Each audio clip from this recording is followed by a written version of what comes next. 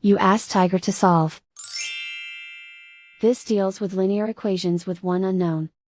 The final result is x equals -5. Let's solve it step by step. Simplify the expression. Group like terms.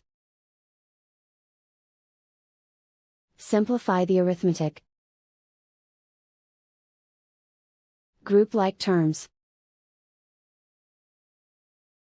Simplify the arithmetic. Group all x terms on the left side of the equation. Subtract 7x from both sides. Group like terms. Simplify the arithmetic. Group like terms. Simplify the arithmetic.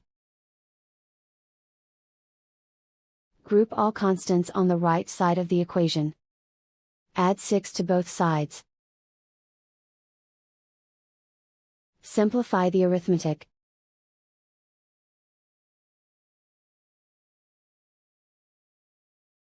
Isolate the x. Divide both sides by -2. Cancel out the negatives. Simplify the fraction. Move the negative sign from the denominator to the numerator.